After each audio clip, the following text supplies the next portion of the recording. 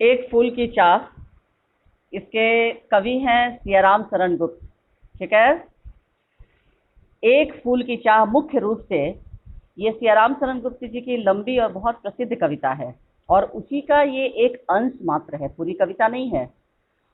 इस कविता का मुख्य भाव, आप सबको पता होगा कि हर कविता का मुख्य भाव होता है। यानी किसी कविता में कोई कवि छुआछूत की भावना को लिखता है, कोई प्रकृति वर्णन को लिखता है, कोई गरीबी अमीरी गरीबी से संबंधित लिखता है। यानी हर विषय वस्तु को कविता का आधार बनाया जाता है।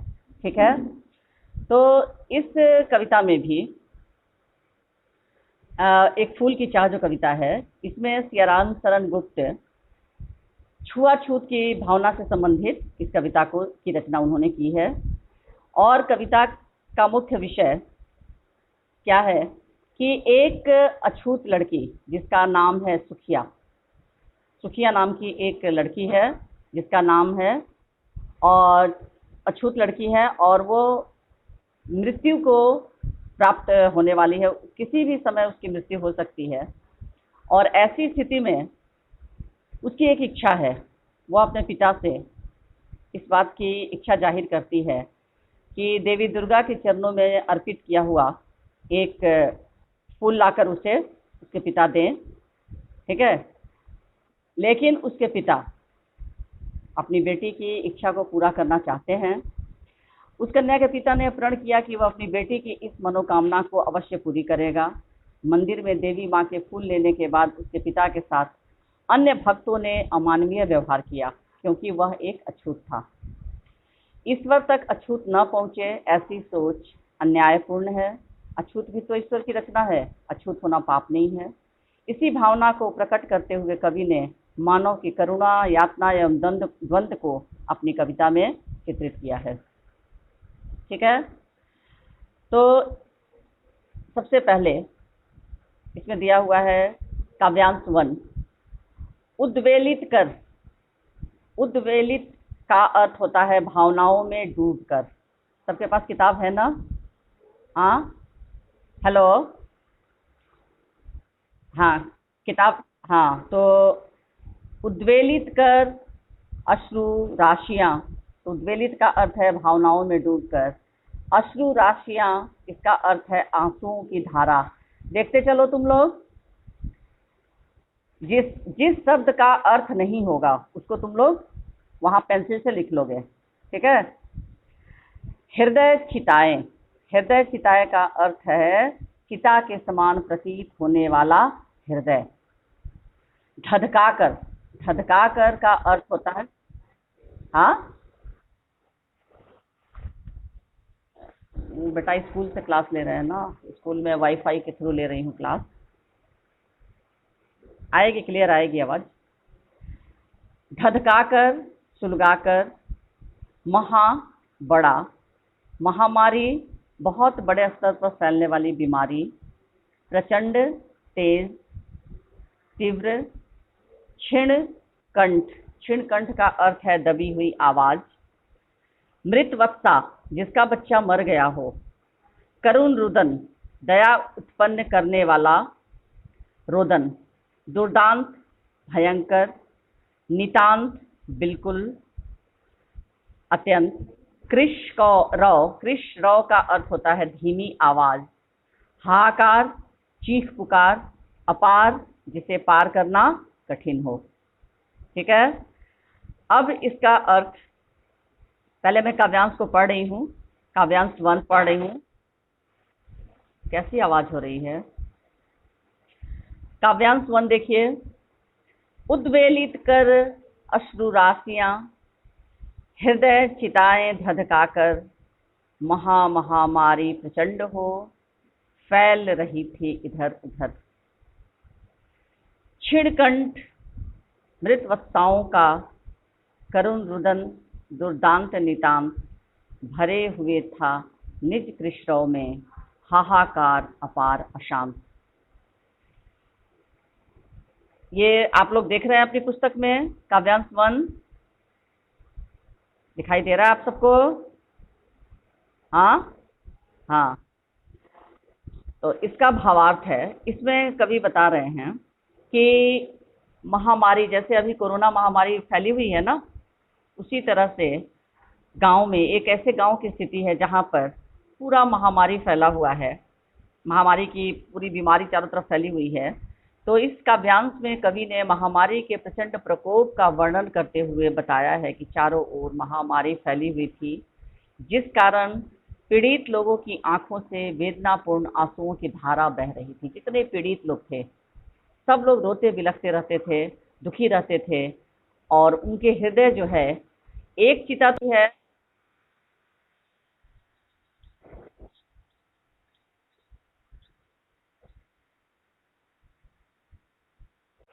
एक तो, हाँ, अभी वो फोन आया था, वो मैं काट रही थी इसलिए। एक तो चिता होती है, कौन सी चिता, जहाँ शव को जलाया जाता है, ठीक है। और दूसरी एक चिता जो हर माता पिता के हृदय में धधक रही थी। बात आ रही समझ में?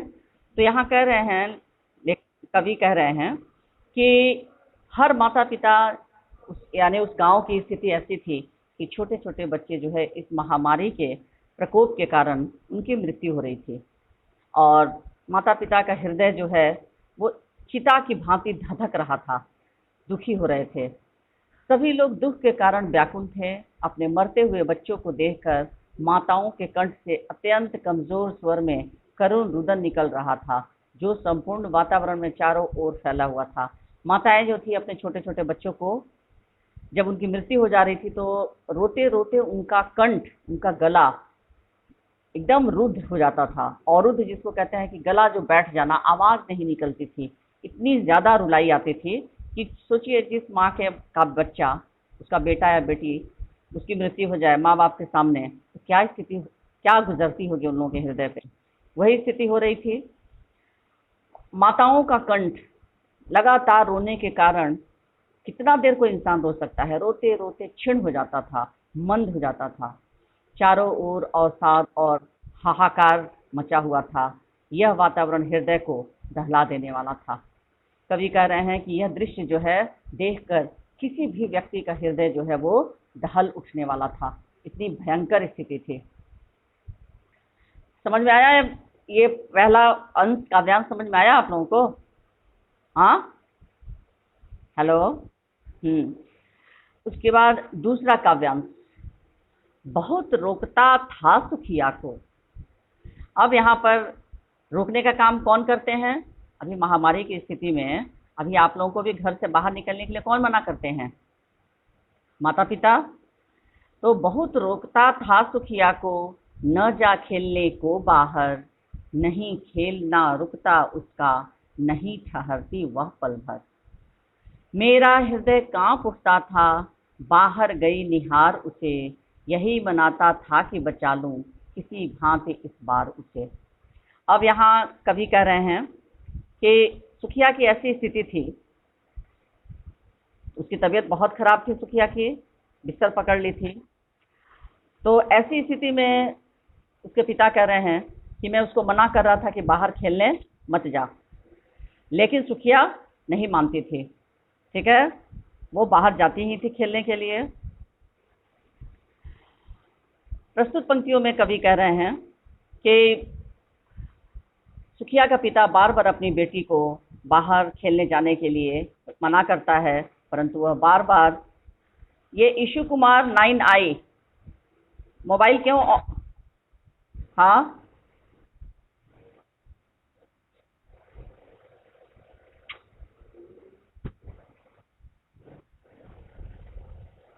अच्छा, अभी तो मैं स्कूल में हूँ। मैं अभी मैं प्रिंसिपल सर के पास अभी जा रही हूँ, स्कूल में ही हूँ। तुम लोग को फोटो आ रहा होगा ना? ऑन करके देख लो, अभी मैं गलत बोल रही हूँ तो देख लो तुम लोग। अभी स्कूल ही में मैं हूँ, अभी मैं जा रही हूँ सर के पास। क्लास पता चल रहा है ना कि स्कूल में हूँ मैं? रिसोर्स सेंटर में बैठी हुई हूँ और यहीं से क्लास ले रही हूँ। हाँ, अभी किस नाम से?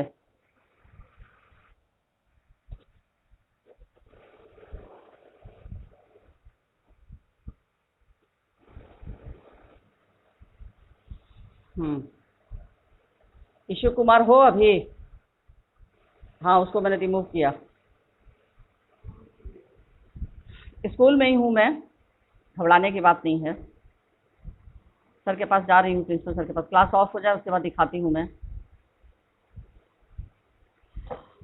तो प्रस्तुत पंक्तियों में कवि कह रहे हैं कि सुखिया का पिता बार बार अपनी बेटी को बाहर जाकर खेलने के लिए बहुत मना करता था। वह बार बार उससे कहता था कि बेटी बाहर खेलने मत जा, किंतु वो बहुत चंचल और हठी थी, जिद्दी थी, वो नहीं मानती थी। मना करने के बावजूद वहाँ नहीं, ना जा खेलने को बाहर, नहीं खेलना रुकता उसका, नहीं ठहरती वह पल भर। कवि कह रहे हैं कि मैं बार बार मना करता था लेकिन फिर भी वो नहीं मानती थी। न तो वो बाहर जाने से मानती थी और न वो उसका खेलना ही बंद होता था। लेकिन उसे पल भर भी घर में रुकना अच्छा नहीं लगता था। लेकिन कवि कह रहे हैं कि उसकी ऐसी चंचलता देखकर मेरा मन जो है वो भय से भर उठता था, लेकिन अंत में यही मनाता था कि बचा लूं किसी भांति इस बार उसे।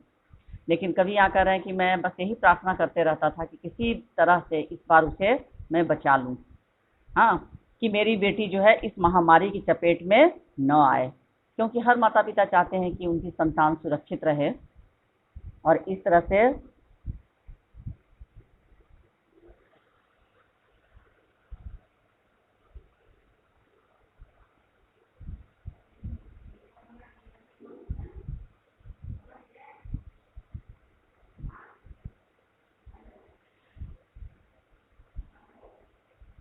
सुमित कुमार 9 अभी आ रहा है क्या? सुमित कुमार ये पहले से है, उसके नाम पे कोई दूसरा आ रहा है। सुमित कुमार, अब जो भी हो मैं अभी नहीं दूंगी, इंटर इंटर नहीं दूंगी अभी, बहुत डिस्टर्ब हो रहा है। प्रस्तुत पंक्तियों में कवि कह रहे हैं कि इस तरह से अपनी बेटी को महामारी की चपेट से बचाना चाहते हैं। काव्यांश 3। भीतर जो डर रहा छिपाए, हाय वही बाहर आया, एक दिवस सुखिया के तन को ताप तप्त मैंने पाया। अब यहाँ कवि कह रहे हैं कि भीतर जो डर रहा छिपाए, हाय वही बाहर आया, एक दिवस सुखिया के तन को ताप तप्त मैंने पाया। ज्वर में विह्वल हो बोली वह, क्या जानूं किस डर से डर, मुझको देवी के प्रसाद का एक फूल ही दो लाकर। यहाँ दिवस का अर्थ होता है दिन, तन का अर्थ होता है शरीर या देह, ताप तप्त का अर्थ होता है ज्वर के कारण गर्म, विह्वल का अर्थ होता है दुखी या भाव। ठीक है, तो सुखिया का पिता इस काव्यांश में कहता है कि मेरे मन में यही डर था कि कहीं मेरी बेटी सुखिया इस महामारी की शिकार न हो जाए। मैं इसी से डर रहा था कि कहीं सुखिया महामारी की चपेट में न आ जाए। लेकिन अफसोस, आखिर वह डर सच हो गया। एक दिन मैंने देखा कि सुखिया का शरीर तेज ज्वर के कारण तप रहा था। वह बुखार से पीड़ित होकर न जाने किस अनजाने भय से भयभीत होकर मुझसे कहने लगी, पिताजी मुझे माँ भगवती के प्रसाद का एक फूल लाकर दे दीजिए, लाकर दे दीजिए। लेकिन उसका पिता कहता है कि मैं बार बार तुमको मना कर रहा था कि बाहर मत जाओ, खेलने मत जाओ, लेकिन तुमने मेरी बात नहीं सुनी और अंत में अब वो स्थिति ऐसी हो गई है कि अपनी बेटी के इच्छा को पूरा करने के लिए सुखिया का पिता मंदिर भी जाने के लिए तैयार हो गया, क्योंकि दुर्गा के चरणों पर चढ़ाया हुआ फूल उसे मंदिर से ही लाना था। क्रमशः कंठ क्षीण हो आया, शिथिल हुए अव्यय सारे, बैठा था नौ नौ उपाय की, चिंता में मैं मन मारे। जान सका न प्रभात सजग से, हुई अलस कब दोपहरी, स्वर्ण घनों में कब रवि डूबा, कब आई संध्या गहरी। यहाँ शब्दार्थ आप लोग देखते चलिए। इसके पहले मैंने आप लोगों को बताया, काव्यांश 1 में तो हो गया था, काव्यांश 2 में पहले देख लीजिए। पल भर मतलब थोड़े समय के लिए। लिखा, कॉपी किताब में लिखा हुआ है।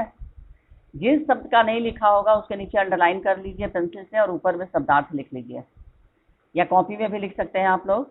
पल भर मतलब थोड़े समय के लिए। हृदय कांपना यानी भयभीत होना, डरना। निहार, निहार मतलब देखकर। लिख रहे हो शब्दार्थ तुम लोग? हाँ, शब्दार्थ लिख लो। हेलो,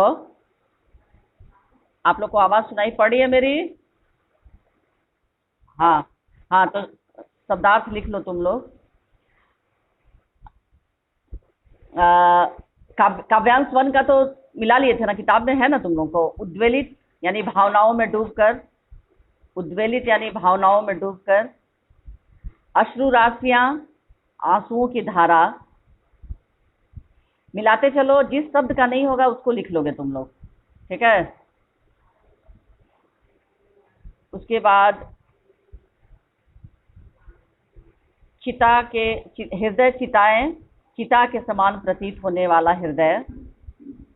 धधकाकर मतलब सुलगाकर। महा, महा का अर्थ होता है बड़ा। महामारी, बहुत बड़े स्तर पर फैलने वाली बीमारी, उसको कहते हैं महामारी, ठीक है? महामारी का बहुत बड़े स्तर पर फैलने वाली बीमारी।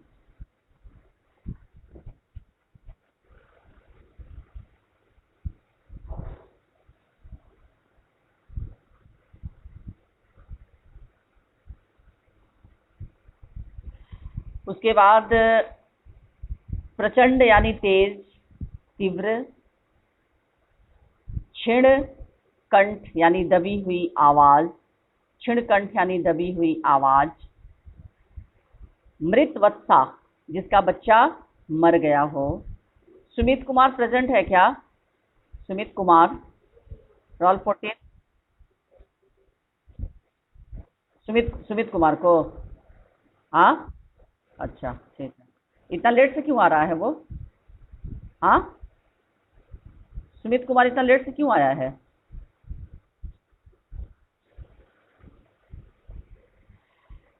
लेट से आने पर ही तो बहुत सारे बच्चे घुस जाते हैं दूसरे दूसरे सेक्शन के। चलो, उसके बाद प्रचंड का अर्थ लिखे, तेज या तीव्र। क्षीण कंठ यानी दबी हुई आवाज। मिला रहे हो तुम लोग? मृत वत्सा, जिसका बच्चा मर गया हो। करुण रुदन, दया उत्पन्न करने वाला रुदन। दुर्दांत, भयंकर। नितांत, बिल्कुल या अत्यंत। कृष्ण, धीमी आवाज। कृष्ण का अर्थ है धीमी आवाज। हाहाकार, चीख पुकार। अपार, जिसे पार पाना कठिन हो। यहां तक मिला लिए तुम लोग? यहां तक हुआ? जिसे पार पाना कठिन हो। अपार, जिसे पार पाना कठिन हो। आ किसका? क्या चीज?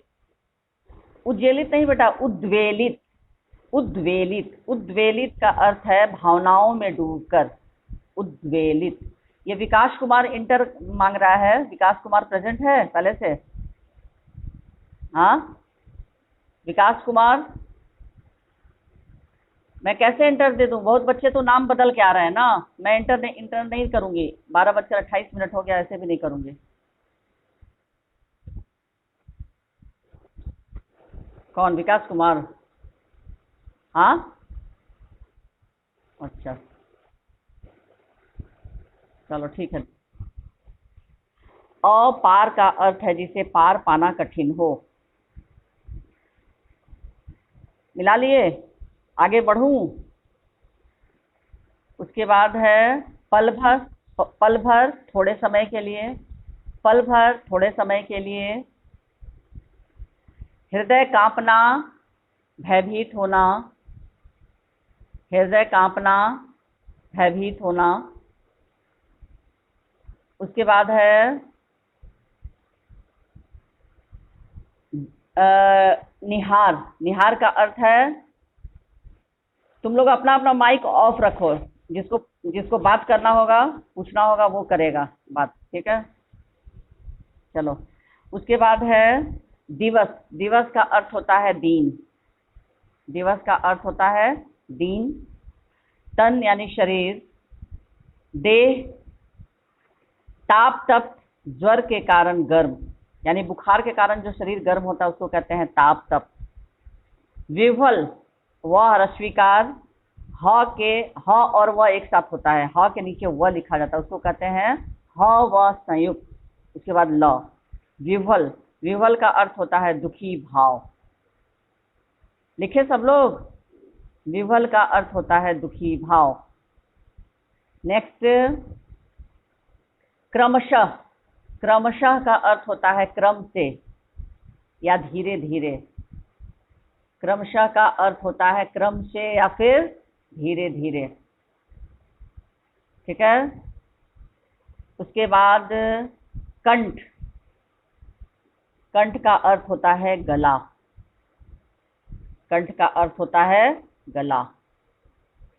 क्षीण का अर्थ होगा कमजोर, क्षीण, क्षीण का अर्थ होगा कमजोर। लिख रहे हो सब? शिथिल, शिथिल, तालाब श ह्रस्वीकार, थ ह्रस्वीकार, ल, शिथिल यानी ढीला, शिथिल यानी ढीला, ठीक है। उसके बाद है फिर अव्यय, अव्यय,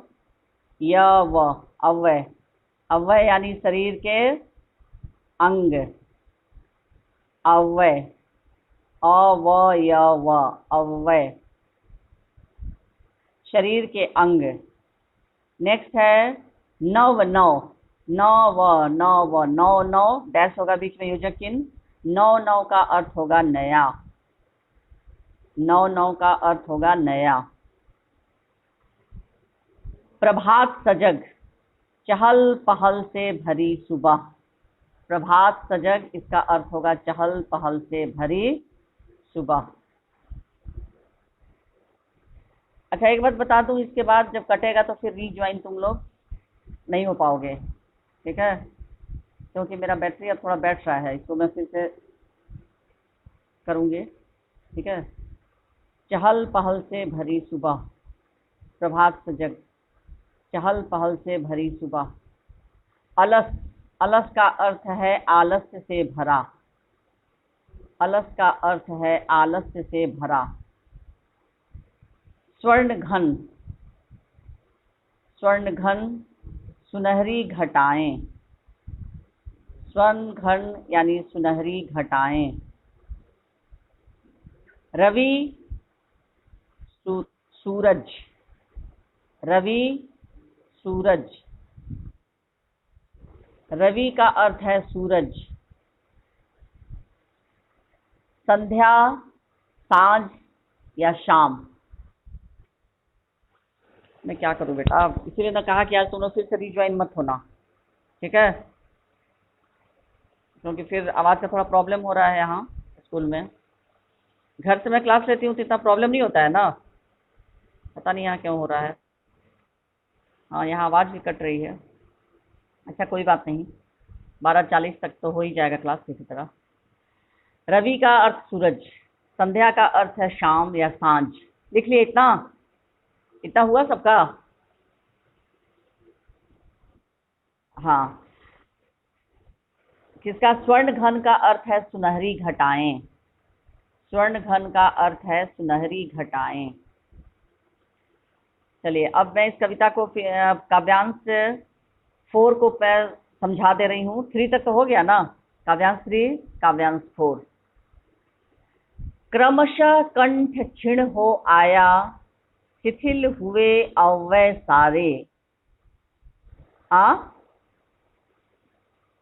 बैठा था नौ नौ उपाय की, चिंता में मैं मन मारे। जान सका न प्रभात सजग से, हुई अलस कब दोपहरी। स्वर्ण घनों में कब रवि डूबा, कब आई संध्या गहरी। यहाँ क्रमशः यानी क्रम से या धीरे धीरे, सुखिया की बीमारी जो है वो, उसके दिन प्रतिदिन बीमारी जो बढ़ रही है, उसी का वर्णन यहाँ कवि कह रहे हैं कि सुखिया की आवाज़ धीरे धीरे मंद होती जा रही थी। उसके शरीर के सारे अंग भी कमज़ोर हो गए थे। सुखिया का पिता महामारी से ग्रस्त अपनी नन्ही बेटी के कमज़ोर होते शरीर को देखकर बहुत दुखी रहता है। यहाँ सुखिया के बीमारी का वर्णन करते हुए कवि कह रहे हैं कि सुखिया की आवाज़ जो है वो धीरे धीरे बहुत मंद होने लगी, कमज़ोर होने लगी, यानी उसका शरीर इतना कमज़ोर हो गया कि उसके मुंह से आवाज़ भी नहीं निकलती थी। और सुखिया का पिता अपनी बेटी के इस बीमारी से ग्रस्त और कमज़ोर शरीर को देखकर बहुत दुखी रहने लगा। इस विपत्ति की घड़ी में वह उसे ठीक करने के नए नए उपाय खोजता रहता था, जिससे वह अपनी बेटी को बचा सके। वह इस चिंता में इतना खोया रहता था कि उसे यह भी पता नहीं चलता कि कब सुबह होती है, कब दोपहर होती है, कब सूरज की किरणें सुनहरे बादलों के बीच डूब जाता है और कब शाम हो जाती है। अर्थात सुखिया का पिता दिन रात अपनी बेटी की चिंता में ही खोया रहता था। दिन रात बस उसे एक ही चिंता सताती रहती थी कि किस तरह से उसकी बेटी ठीक होगी। ठीक है, कब सवेरा हुआ, कब दोपहरी हुई, कब शाम हुई, उसे पता ही नहीं चलता है, क्योंकि सुखिया का पिता बस दिन रात अपनी बेटी की हालत को देखकर दुखी होता था और उसी के पास बैठकर वो बस भगवान से प्रार्थना करता था कि किसी तरह से उसकी बेटी ठीक हो जाए। ठीक है, अब काव्यांश 5। सभी ओर दिखलाई दी बस अंधकार की ही छाया, छोटी सी बच्ची को ग्रसने कितना बड़ा तिमिर आया। ऊपर विस्तृत महाकाश में जलते से अंगारों से झुलसी सी जाती थी आंखें, जगमग जगते तारों से। अब इसका अर्थ लिखिए आप लोग। अंधकार का अर्थ होगा अंधेरा, अंधकार का अर्थ अंधेरा। छाया का प्रभाव, ग्रसना खा जाना या निगलना, ग्रसना खा जाना या निगलना। तिमिर, तिमिर का अर्थ होगा अंधकार। विस्तृत का अर्थ होगा चौड़ा या फैला हुआ। महाकाश खुला आसमान, महाकाश खुला आसमान। झुलसी यानी जली हुई। ठीक है, सभी ओर दिखलाई दी बस अंधकार की ही छाया, छोटी सी बच्ची को ग्रसने कितना बड़ा तिमिर आया। अब यहाँ सुखिया की बीमारी से निराश उसके पिता के हृदय पर ऐसा अंधकार छाया हुआ है कि उसे चारों तरफ निराशा ही निराशा दिखाई देती है। उसे ऐसा लगता है जैसे उसकी बेटी को निगलने के लिए एक बड़ा सा अंधकार चला आ रहा है। क्योंकि उसका पिता इतना दुखी था कि उसको ना तो सुबह नजर आता था, ना शाम, ना दोपहर, ना, उसको सिर्फ चारों ओर अंधेरा ही अंधेरा नजर आता था। तो उसका पिता सोचता था कि मेरी इतनी छोटी सी बच्ची को निगलने के लिए कितना बड़ा अंधेरा चला आ रहा है। जिस प्रकार खुले आकाश में जलते हुए अंगारों के समान तारे चमकते रहते हैं, उसी प्रकार सुखिया की आंखें भी बुखार से झुलस रही थी। उसकी आंखें लाल लाल आंखें उसकी हो गई थी, एकदम दहक रही थी, ऐसी लगती थी अंगारे दहक रहे हैं। क्योंकि होता क्या है कि जब बहुत ज़्यादा बुखार किसी व्यक्ति को हो जाता है तो उसकी आंखें जो है वो दहकने लगती है, एकदम अंगारों के समान। तो सुखिया की भी वही स्थिति थी, उसकी आंखें जो है एकदम अंगारों के समान दहकने लगी। उसके बाद दोहा काव्यांश 6। देख रहा था जो सुस्थिर हो, नहीं बैठती थी क्षण भर, हाय वही चुपचाप पड़ी थी अटल शांति सी धारण कर। सुनना वही चाहता था मैं, उसे स्वयं ही उकसाकर, मुझको देवी के प्रसाद का एक फूल ही दो लाकर। सुस्थिर यानी पूरी तरह ठहरी हुई, यानी बिल्कुल हिलना डुलना नहीं हो रहा था। क्षण यानी पल, अटल स्थिर दृढ़, उकसाकर प्रेरणा देकर या जागृत करके। उकसाकर यानी जैसे कोई बीमार व्यक्ति जब सोया रहता है, नींद में पूरी तरह से शिथिल हो जाता है, हिलना डुलना भी बंद हो जाता है, वैसी परिस्थिति में उसको हिला डुलाकर, तो उसको कहते हैं उकसाकर। सुखिया का पिता अपनी बीमार बेटी सुखिया का वर्णन करते हुए कहता है कि जो बच्ची एक क्षण भी शांत नहीं बैठती थी, आज वही बच्ची बिल्कुल स्थिर पड़ी है। उसकी यह दुर्दशा देख उसके पिता का हृदय फट पड़ता है। सुखिया का पिता स्वयं ही बार बार अपनी बेटी को प्रेरित कर रहा था कि वह उसे फिर से वही शब्द कहे कि पिताजी, मुझे देवी के प्रसाद का एक फूल लाकर दीजिए।